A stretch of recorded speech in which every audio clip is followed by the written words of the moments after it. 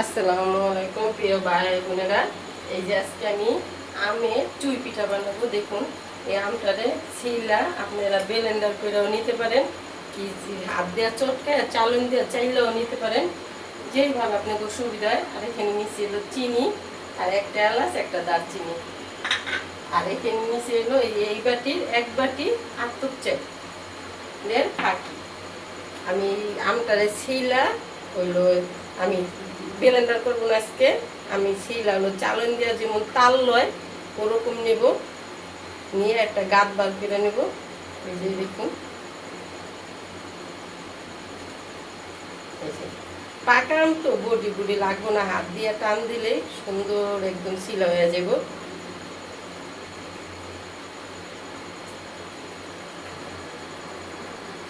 এই যে আমি হাত দিয়ে ছিলা নিছানে এই চালনির ভিতরে গাঁটটা বার করব, আর যে ছিটকে ফেলাবো, জানি কোনো আনাম ভাবটা না থাকে, কোনো আমে আঁশ থাকলে ওরকম না থাকে। এই দেখুন, এরকম করে যদি একটু করেন না, তাহলে সুন্দর করে একেবারে আমের যে গাঁটটা এটা বাইরে যায়। এই দেখুন কত সুন্দর করে বেরিয়েছে।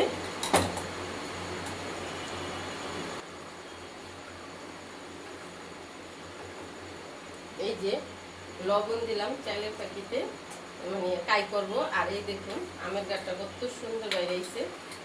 দেখুন, এখন এই যে চালের পাখিটা দিয়ে দেবো।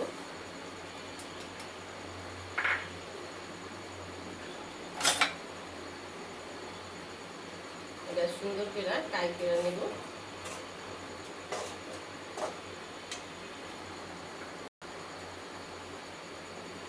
এই যে চালের পাখিটা আমি করে নিচ্ছি, একদম কাই করে নিচ্ছি, অনেক সুন্দর হয়েছে কাইটা। কড়াইটা দিয়ে নেব। এই যে দেখুন কত সুন্দর হয়েছে।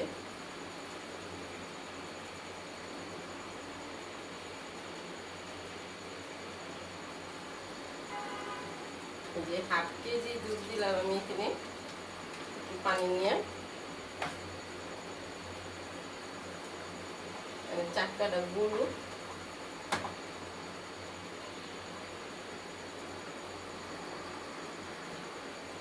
এই চাক্কাটা গলতে গলতে আমি আটাটা ভালো করে চাই না, চুপিটা বানাই নেব।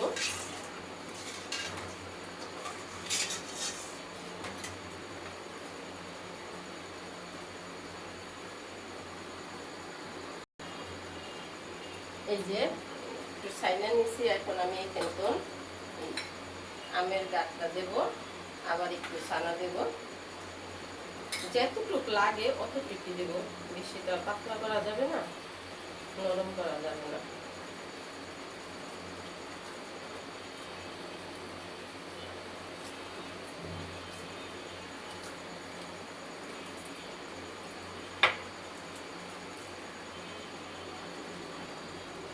এই যে আটাটা আমার ছানা হয়ে গেছে, এখন আমি একটু ঢাইকা রেখে দেবো।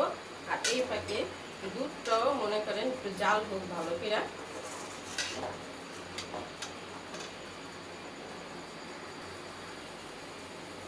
এই যে দুধটা জাল পাইছে, এখানে আমি অল্প একটু দুধ উঠায় রাখবো, দরকার আছে। এই যে দেখুন অল্প একটু দুধ উঠায় রাখছি। আর এখানে হলো একটা এলাচ, একটা দারচিনি আছে, আর চিনি আপনারা পরিমাণ মতন দিবেন। যে কেউ বেশি মিষ্টি খায়, কেউ কম মিষ্টি খায়। আবার হলো আমরা যদি মিষ্টি থাকে তাহলে একটু মিষ্টির পরিমাণটাও কম লাগে। তাই এখন এটা জাল পাক। আর এইখানে আমি এই যে এরকম করে যেমন এই যে ছড়া পিঠা বানায় যেরকম, একদম ওরকম হইব।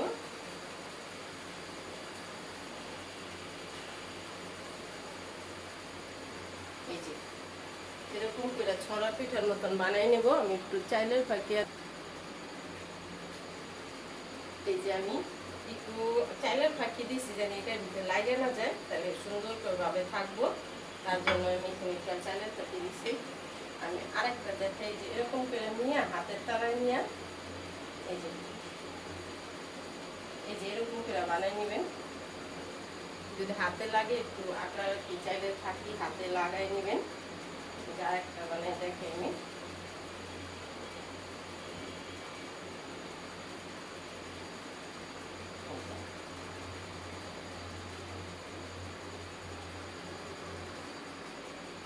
এই যে দেখুন বানাই নিচ্ছি আমি এক এক করে দিয়ে দেবো আস্তে আস্তে করে।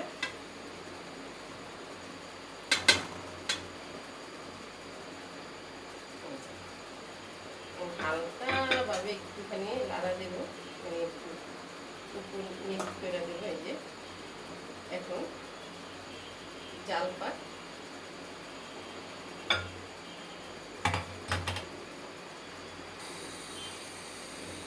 এই যে দেখুন টকবক টকবক করে পড়তে আছে। আর দেখুন পিঠাটি কত সুন্দর হয়েছে, একটা পিঠাও আমার দেখুন ভাঙে নাই আর কিছু হয়নি।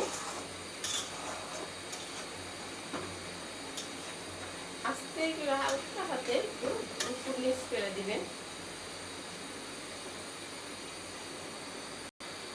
যে যে দুধটা আমি রাখছিলাম এই দুধটা এখন একটু কাজ হবে, দেখেন আমি গুঁড়া দুধ দেবো। এই যে একদম উচ্চা উচ্চা 2 চামচ গুঁড়া দুধ এখানে আমি দিয়ে দিলাম।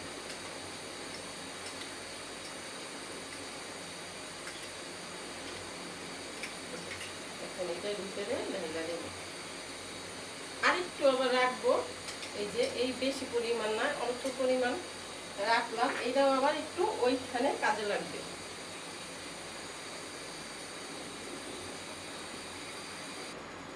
এই যে মিষ্টি খাবার হইলেও একটু চিনি এই লবণ দিতে হয়। সরি বন্ধুরা, কইতে চাইছিলাম যে চিনিটা আপনারা যে রকম খাইবেন ওই রকমই দিবেন। আমি একটু কমই খাই, আমার সমস্যা আছে, তার জন্য আপনারা বেশি খেলে বেশি দিবেন। আর এখানে এই দেখেন এই পরিমাণে একটু লবণ দিলাম।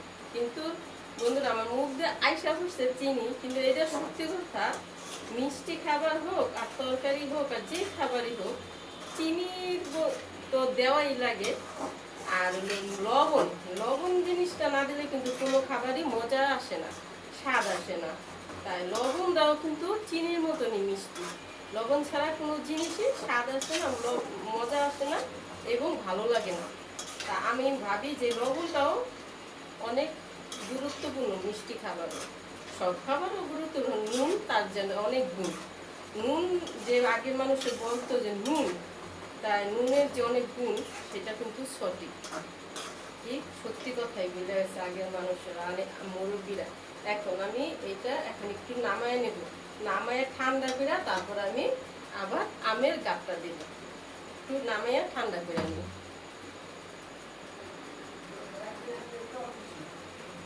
এই যে বন্ধুরা এখন আমি আরেকটু দুধ দিয়ে নিছি, পানি দুধ, এইখানে একদম ঘন হয়ে গেছে, তার জন্য আরেকটু পানি দুধ নিছি আমি।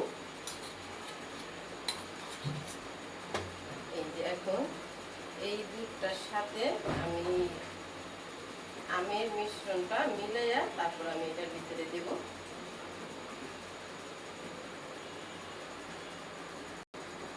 এই যে আমি আরেকটু দুধ মিলাইছি, কারণ এই দুধটা একদম গাঢ় হয়ে গেছে দেখুন, তার জন্য আমি আরেকটু দুধ মিলাইছি। দেখুন এখন কালারটা কত সুন্দর আসছে বন্ধুরা। এখন আমি 1 থেকে 2 মিনিট একটু চুলায় দিয়া পাক দিয়ে নেব।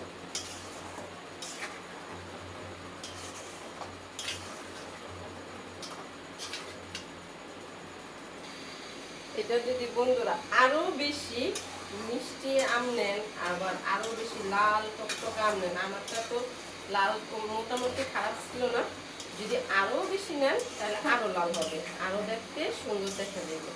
আপনারা যত মিষ্টি আম নিতে পারেন আর যত কালার সুন্দর আম নিতে পারেন নেবেন।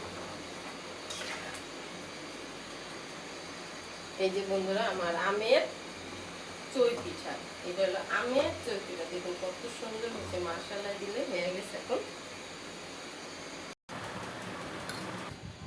এই দেখুন কত সুন্দর দেখা যায়, আমি একটুখানি আম গোলানো রাখছিলাম উপরে দিয়া দেওয়ানোর জন্য, দেখুন কত সুন্দর দেখা যায়।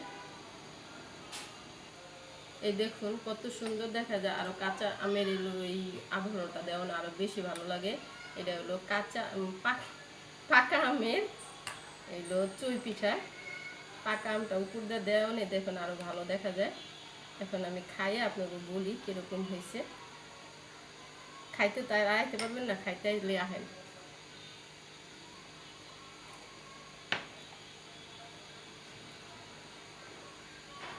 বন্ধুরা বলার কিছু নাই, এত ভালো হয়েছে মানে বলারও বাইরা।